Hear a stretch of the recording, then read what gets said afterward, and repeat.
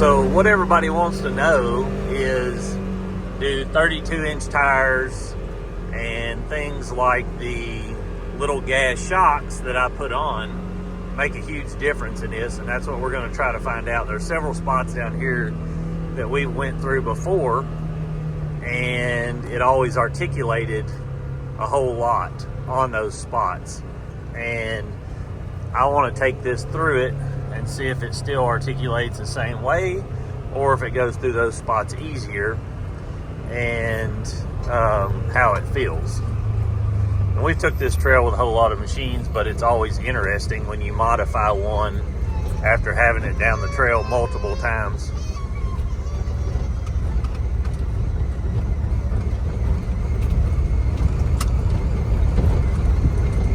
You rode in it with me whenever we went off this hillside the first time, didn't you? Not me. You and Mommy, I thought. No. I don't remember. Let's see how it feels in the rear end.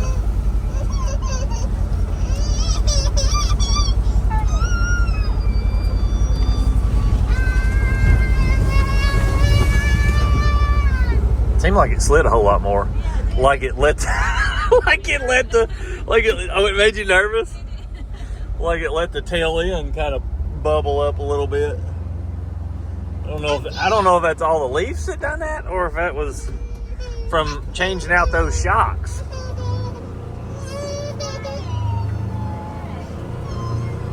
I'll be able to tell a whole lot on this.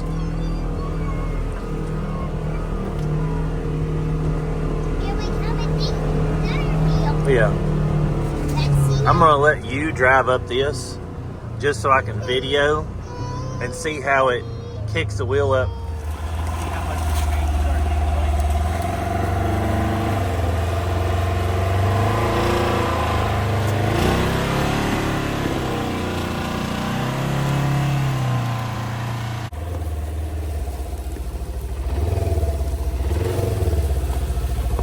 There you go. You're good.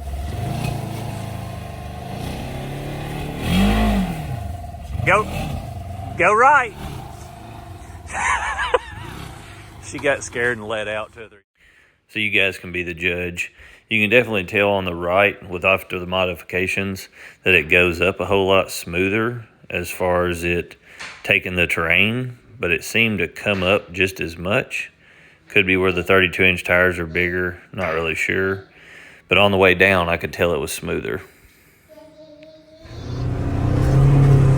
So what little we've come down through here and drove, I can tell when I go downhill with those little shocks on. And, you know, like I said, I haven't really tested this a whole lot before and after that I put the tires on and the little shocks. But the tires are definitely a win for clearance. And I noticed going downhill, like if you turn and those little shocks are on there, and let's say my front wheels are already planted on the front of the trail, that the rear will let it articulate easier so it doesn't shift the rear end up. Now, if your front's going up first, your front sway bar is going to kick you up some too. So I've still got the front sway bar fully connected, but we'll see more as we ride and see how it does. I don't know if the lake will be down or not. There's water in this creek, and there wasn't water in it the other day.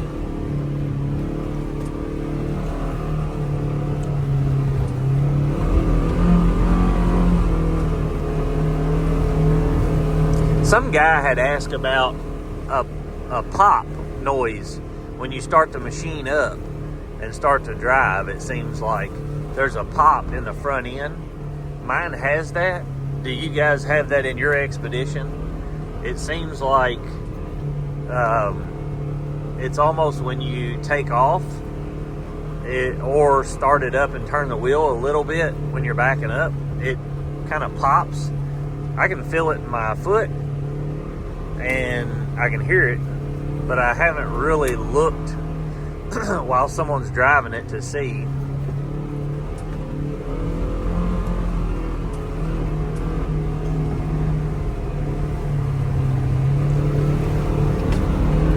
you think, little man?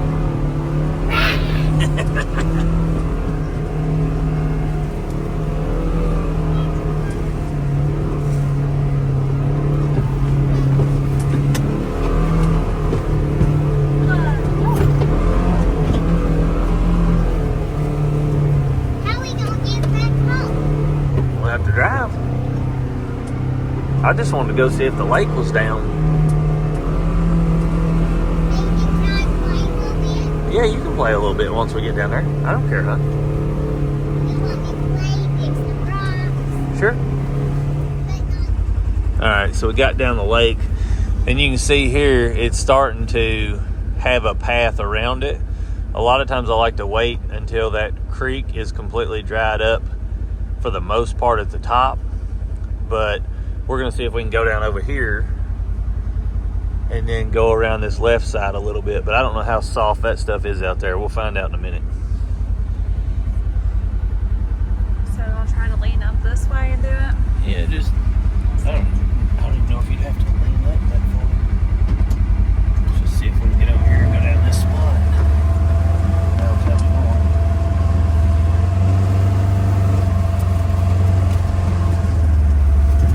Have to move this tree.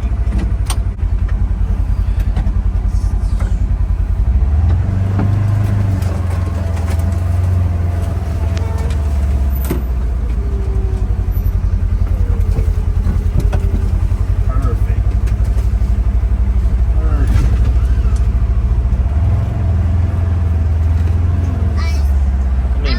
So we got down here and something hollowed this deer carcass out. Look at that thing. I don't know if coyotes did that or what, but it's just out on the lake shore down here. Look at it, Wells. See it over here? But I still think it's too soft to go way out in there. So we're gonna go back up through here and go out. But what do you think about that? Isn't it that deer? Well, it was a deer at one time, but something got a hold of it and is fully eat everything out of it. There ain't even no bones or nothing there. I don't know what done that. I don't know. I mean, I don't even know what to say for that. You can just about throw it on and make a jacket out of it. So I wanted to show you guys. You can see here, this one is come up. So normally this would be stuck right here, which would pull my tire off the ground. And as you can see here, my tire's touching there. That one's touching up there. This one's going on up, and it's got the shock smashed down right there. So it's gonna let this articulate a whole lot better. And you can see all four of my tires are on the ground, and this is shoved up. And you know, what that's letting it do is keep your tires on the ground for traction. Warming up your hands. But I think they're going to be a win. I guess we'll just have to see if they will hold up over time, flexing and working like that. But they're 4 semi-cabs, so I would think they would. Just so you guys know, if you decide to order these, you need a washer for over here and here. You'll need a different bolt here. And a nut here, make sure you use a nylon nut to pull it to it. And then on the bottom, you will need a washer for the exterior on each side and a washer that fits perfectly between this and this to snug that up so you're not pinching this too tight and cracking your paint on the sides. See how I've done that? I'll put a link in the bio for these. Like I said, these are very inexpensive in comparison to buying them from like Super ATV or another company, but it definitely lets your rear end flex a whole lot more.